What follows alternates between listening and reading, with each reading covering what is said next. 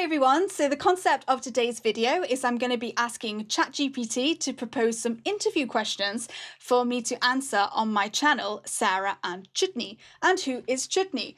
This is Chutney. She is my stuffed toy hedgehog that I bought when I was 9 years old. And when I was 9, I created an imaginary world, otherwise known as paracosm, centered around my stuffed toy hedgehog Chutney. She comes from the world Chutasia, where she is a princess, of course. And on my channel, I'm sharing the stories and the tales and the characters of Chutasia, as well as my experience having an imaginary world.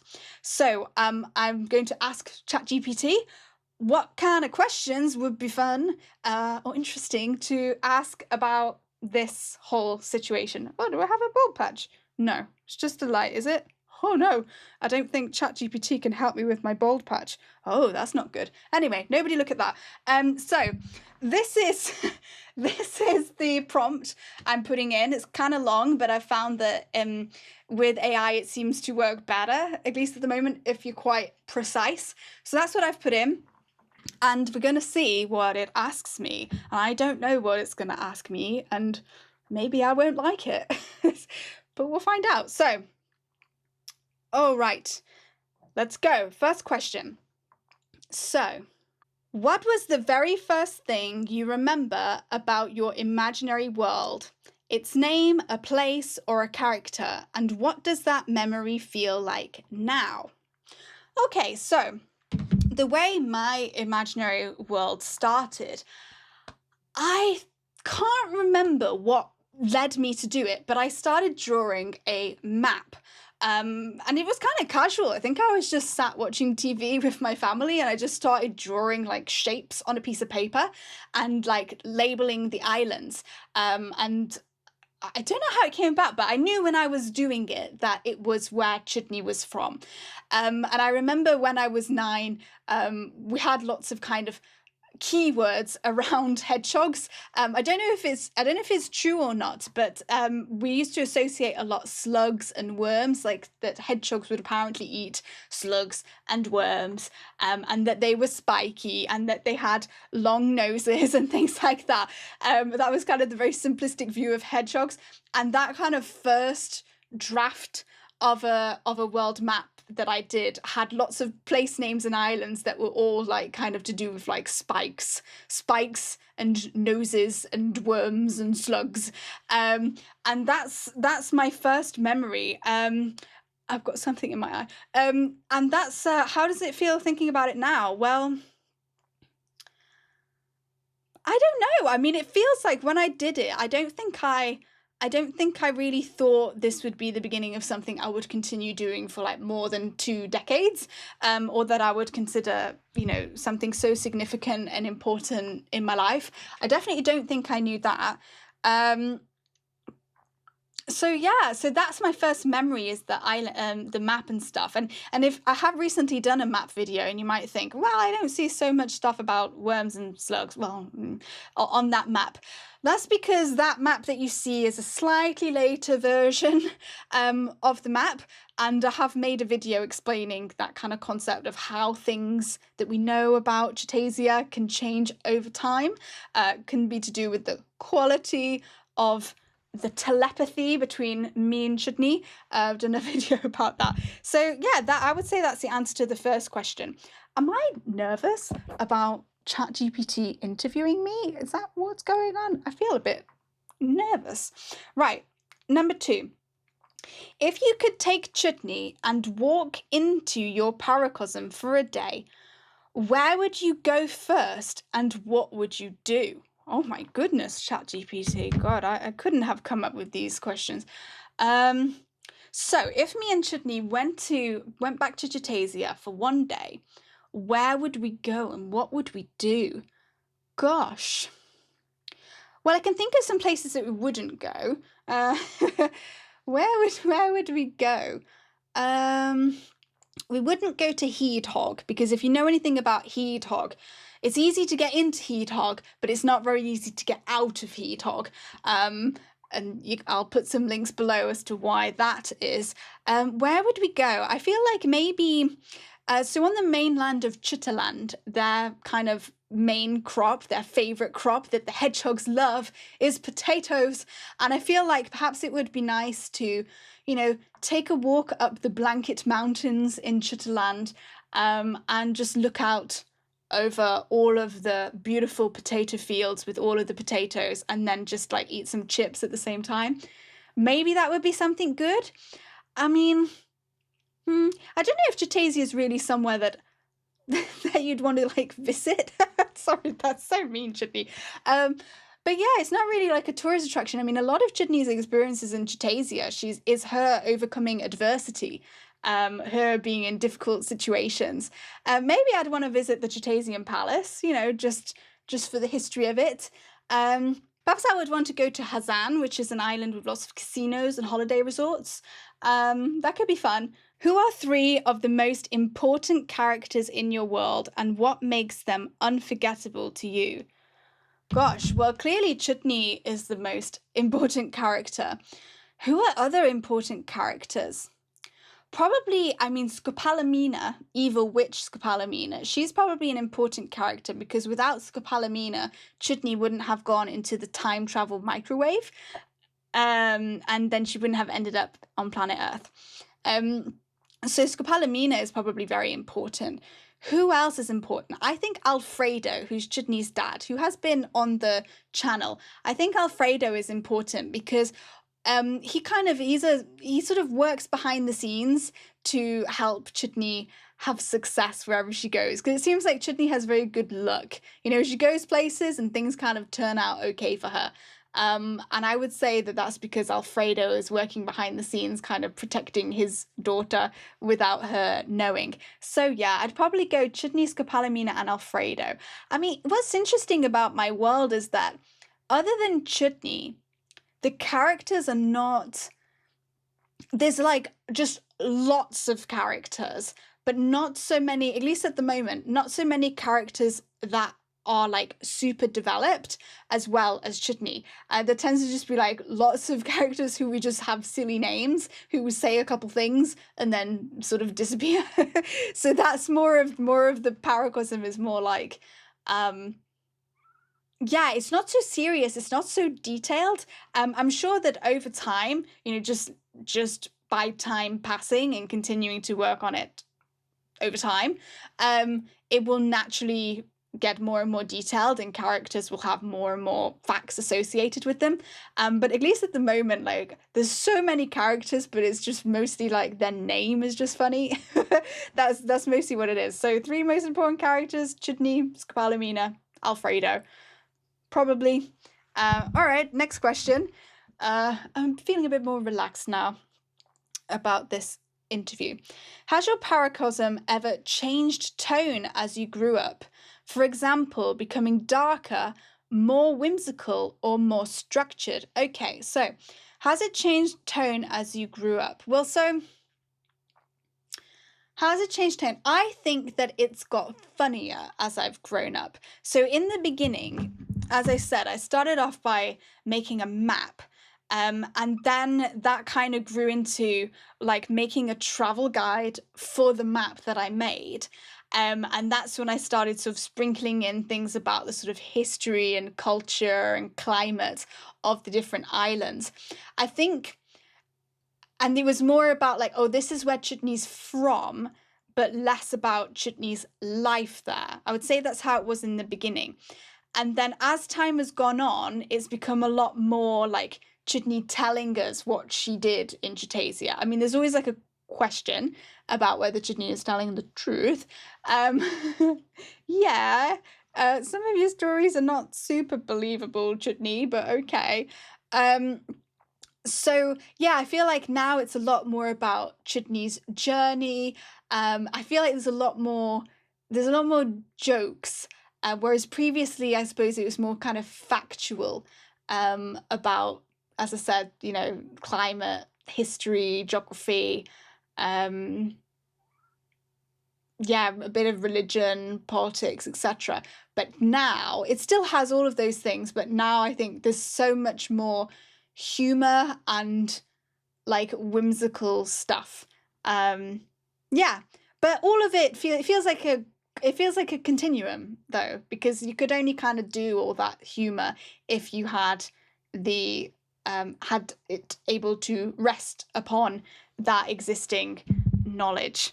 Good. I'm feeling more relaxed now about this video. I think I was a bit high energy in the beginning. I don't know what that footage will have turned out like. Oh well. This is the point, you know, I'm doing this kind of thing live. So yeah, those first couple questions, maybe I didn't answer them very well. Okay, it's okay, Sarah. Don't get thinking about this. This is the point, to do it on the spot. All right, number 5.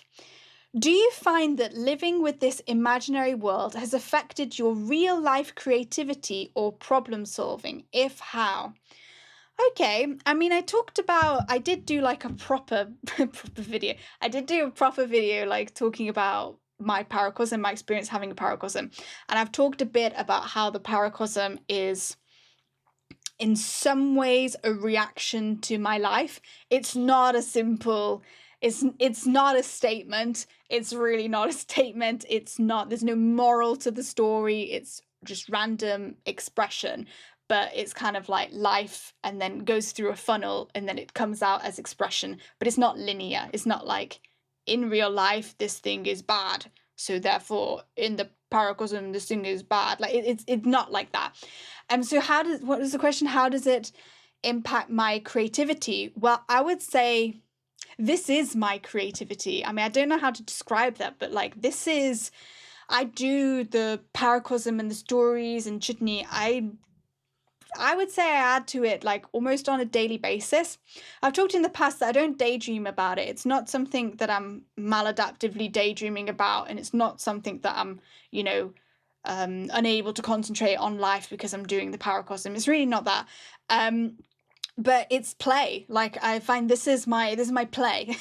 So yeah, sometimes I'll just sort of grab Chutney and just make her say something weird, or she'll just tell us, oh, in Chutasia there's somebody called Captain Ketchup, right? That's it. So how does it impact my creativity? This is my creativity, and I think it's my creative outlet, and I think that it's actually enhanced my creativity. What was the other one? Problem solving. How did it impact my problem solving?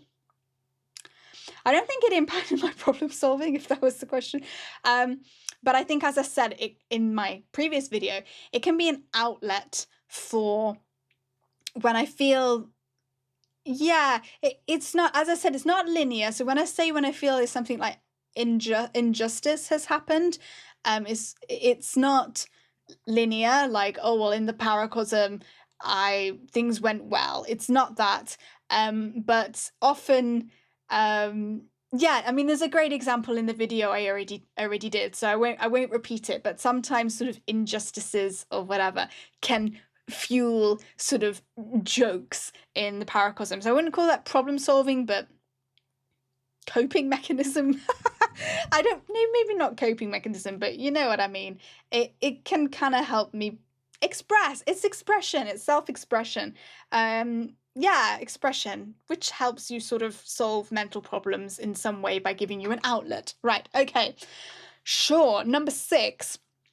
If someone wanted to start their own paracosm, what one tip or encouragement would you give them based on your experience? Okay, somebody wanted to start their own paracosm. Well, following on from what I just said, it's self-expression, so you should just do whatever you want to do. It's not very helpful, is it? But what I mean is a lot of people that I see doing world building or having paracosms, they make very detailed worlds. And this is not a criticism. I really am impressed and admire these really logical, thought through, detailed worlds where everything clicks together and makes sense. I love that because it allows in some way for like a really convincing immersion. Like I really like, whatever, Lord of the Rings, Game of Thrones to some degree. Game of Thrones, they didn't do so good in the end, did they? But that kind of really detailed logical world I really admire, but it doesn't fit my interest. Like, as I said, like I couldn't even pick really 3 characters because my characters are so underdeveloped that I couldn't even pick 3 because my characters are just funny names that said something silly, that's my characters. So yeah, that's what I would say. For your world, don't don't be stuck with sort of stereotypes of what you think world building is. Like, you don't even have to make a map if you don't want. Like, really think out of the box with this kind of stuff. Paracosm or imaginary world is whatever you make it. And if anything, I wouldn't say the further that you get from the stereotype, that's not it, but like, just do what you like. Like, if you're forcing yourself to, because at some points I've tried to document, I mean, now I'm trying to document on my YouTube, but at some points I had tried to write things out like a book, and I was trying to force that. This shouldn't be forced. This is, in my opinion, expression. It's your thing that you have ownership of. Do not suffer, you know, it's not fun then. Anyway, whatever. So yeah, express, do it your way. Don't be pushed into doing things that you don't like doing. Just do whatever you want. That's my advice. Do whatever you want. Right. Okay. Okay, so I'm asking ChatGPT, yes, please give me 4 more questions. It said it had some more questions for me. So, are there any myths, folktales, or historical events inside your paracosm that your characters talk about or believe in? Well, yeah, yes, that's like what I'm talking about on my channel. I'm not sure that I can are there any that I can just cover quickly? Folklores, myths, legends. I mean, yeah, yeah, there's a video about, you know, how, I think the one I've done already is about how the islands of Chutasia were created, according to the hedgehogs from the island of Chutaland. They're sort of the leaders of the hedgehog tribes each throw a magical dagger at the ground, and that creates earthquakes that create islands. And you might think, well, that's kind of a typical world building thing. Yeah, but then we have other sort of folklore, like there's the cardboard monster, and you have to offer him cardboard, otherwise he'll come and eat you. You know, I also have that kind of thing. The cardboard monster. Do we have any more? No. Well, yes, I will make videos about them and not try to half-ass them in this video and butcher them. I will just make videos about that. Have you ever had an emotional reaction to something that happened in your imaginary world, like grief, excitement, or even guilt? Again, I won't try to shoehorn or make up on the spot a really good answer. I've made a video about this. It's called Are You Too Attached to Your Fantasy World, or something like that, where I've talked about how I felt about like what happens when I die, or what happens if Chutney gets lost, because, you know, I love Chutney so much. And, you know, what would happen if I lost her toy body? And so I've built into my paracosm a kind of logic and a lore around Chutney and me being separated or not from Chutney, about me dying, about Chutney getting lost. I've made a video talking about all of that because absolutely, yes, I have felt, you know, emotions about things that have happened. I've never felt emotions like upset about something that happened in the story, I don't think, because again, like my world's kind of like, it's a bit silly. It's a bit silly and amusing, so there's not really anything particularly deep as far as I'm aware that happens in Chutasia. It's just a collection of funny stories. But the emotional connection between myself and Chutney, that is real. And Chutasia is real as well. I know. But yeah, so I've made a video about that. Again, I'll link it below. Okay. Has your paracosm ever surprised you, like a character doing something you didn't plan, or a part of the world developing on its own? I think there are definitely times where I tend to have stories that are at the forefront of my mind. So I don't like actively think, oh, now I'm going to work on this island, now I'm going to work on this character. But I tend to kind of, as I'm adding to things day in, day out, you know, you tend to have one of them that's more, oh, you're talking, like, for instance, at the moment, we're talking a lot about the Blanket Mountains, or we're talking about the Hog Ho Wildlands, or things like that. And then you tend to add into those sections and then you move on to something else. And sometimes when I'm working on those different stories, there are moments where they like connect and I'm like, oh my God. So I think there's a point, there was a character, sort of mysterious character called the Crab, and I've not talked about the Crab yet, and the Crab actually has a folklore thing linked to it, so that would have been a good example for that question, the story, the tale of the Crab.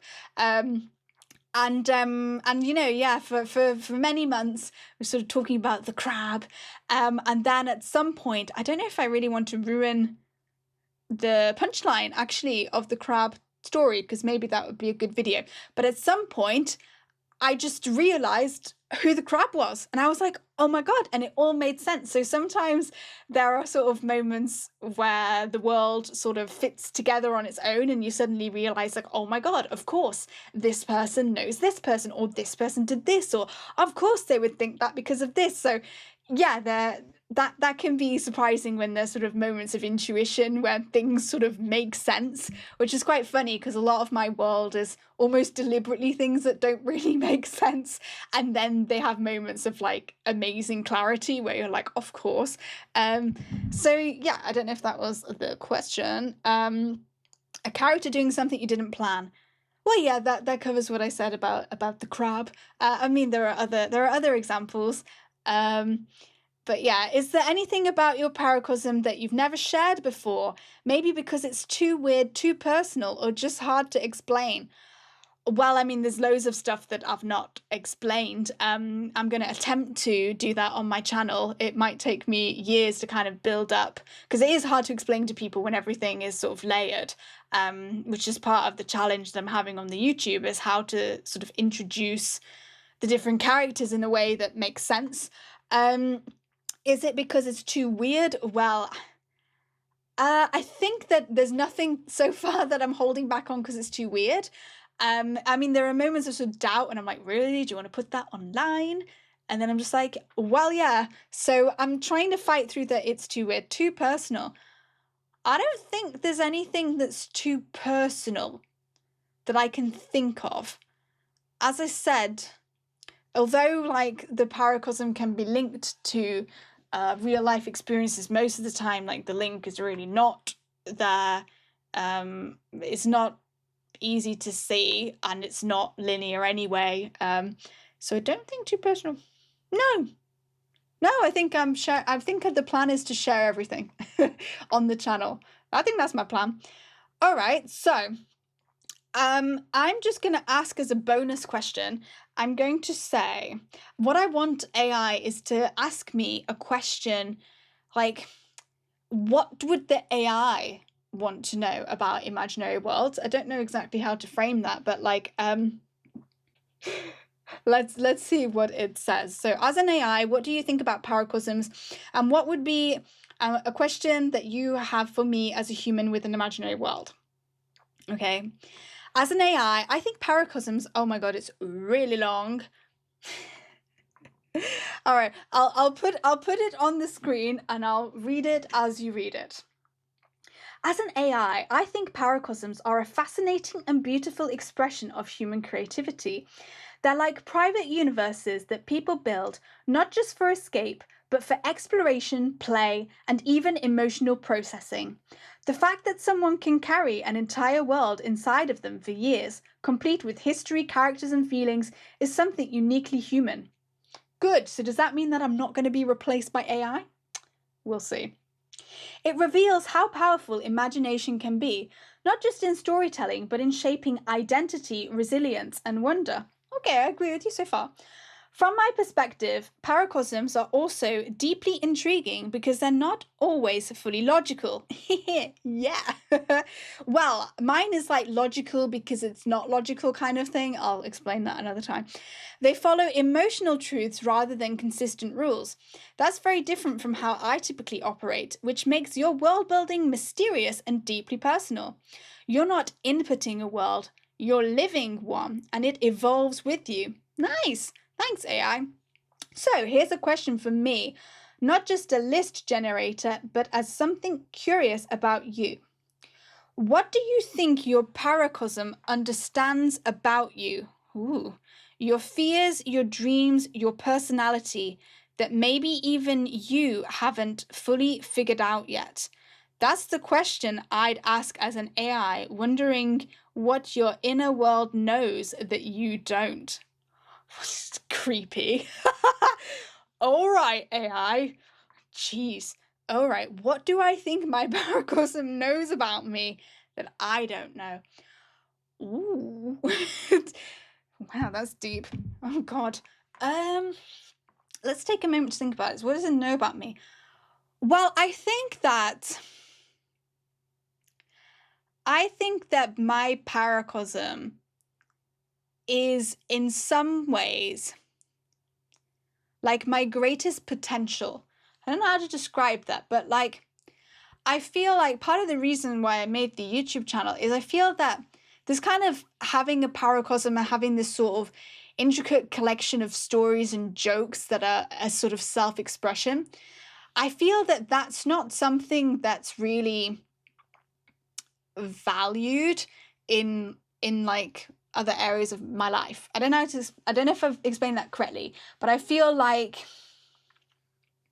this is like a part of my personality and a part of my ability and skills that I feel like is not being seen, which I suppose is why I'm doing the channel, is not being out there. And I feel like maybe this is in some way a bit like a gift that I have. It's not to show off or something like that, but I feel like this is clearly something I'm doing that other people are not doing, and that I have a great interest in that other people maybe don't have a great interest in, and that I'm willing to spend a lot of time focusing and working on that other people are not, which makes me think it's some sort of gift or interest that I have that I'm trying to put into the world. I'm trying to reach my potential, I suppose. So I would say that maybe that's what the AI holds, is it's not AI, paracosm holds, is it's creating some sort of space for me to put all of this ability and creativity and imagination that kind of the world doesn't really have use for. Is that right? I don't know, it's what I'm saying. So what does it know about me? I think there's probably also something telling about the types of jokes that I make, and the types of, because I think it probably says something about kind of like what I value or what I think is funny. I really like sort of slightly clever but stupid jokes. I like that because I think there's something clever and witty. I like things that have irony, and I think there's something about something about that must say that I value that kind of thing, like that I find that funny. I guess it tells you about my sense of humor. I'm pretty sure, maybe I'll have to, when I ponder on this after this video, I'll probably think of a really good answer. If I think of a better answer, I'll make a video. Because I've talked about this before with Max, my partner, about like what's characteristic about my paracosm, and he definitely pointed out things like, oh, you like to challenge, or I can't remember what it is. I like things. Also, what I like about the imaginary world is that all of it is told by Chutney, and I like that you basically like you have to accept everything is true kind of within the world, because you're relying on her, and that she's kind of like a bad narrator kind of thing, or maybe not a bad narrator, but you don't know what she's over exaggerating about. You don't know what she's changed to make herself look better, or what she's made up. I mean, she's very innocent, I don't know, but I like that anything in the world that anybody like points out and goes, that bit doesn't make sense, I just say, well, Chutney. And I think that says something about me, that I maybe don't really care so much about details, which goes back to what I was talking about before with people who created very intricate worlds. What was I saying? Sorry, I got distracted because I was thinking about how my first couple answers that I answered weren't very good. But anyway, okay, don't think about that, Sarah. Focus in the moment. yeah, so I like, oh no, it's okay. Don't panic. Everything's fine. We're cool. We're just in our room doing our stuff. It's just video. Yeah, I like that. I like that I can get out of doing really detailed things by just being like, well, if it doesn't make sense, not my fault. I don't need to fix it. It's her fault. And I like that aspect. Yeah, I think there's also something fun about like within the world, the sort of different. There's some like different religions and worldviews and things within the world, and that you don't really know like which ones are right or wrong.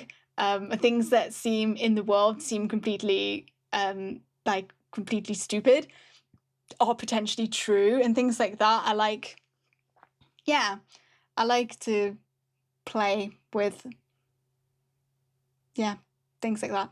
Okay, I think this is the end of the video. I've been talking a lot. Yeah, I just want to make. I think I've decided now that I just want to make videos that are like more relaxed.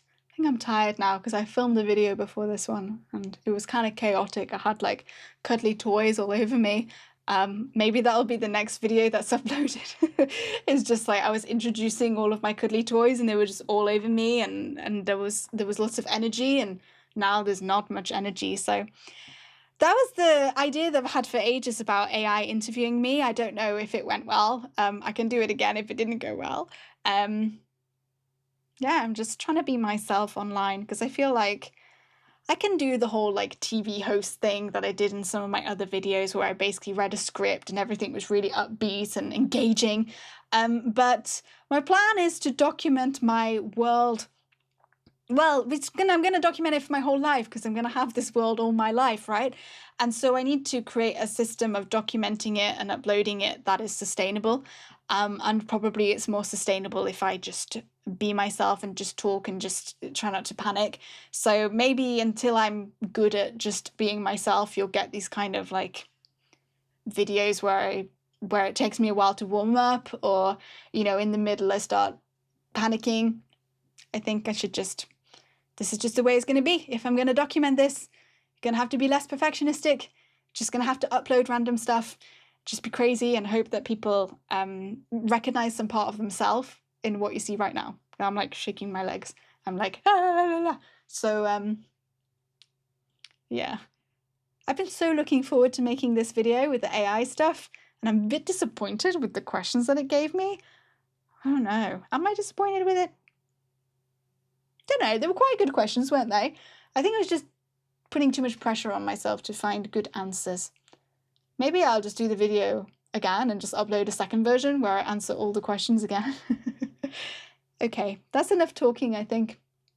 If you like crazy things and cuddly toys and imaginary worlds, consider subscribing. All right, I think that's enough. I think that's enough now. Bye-bye.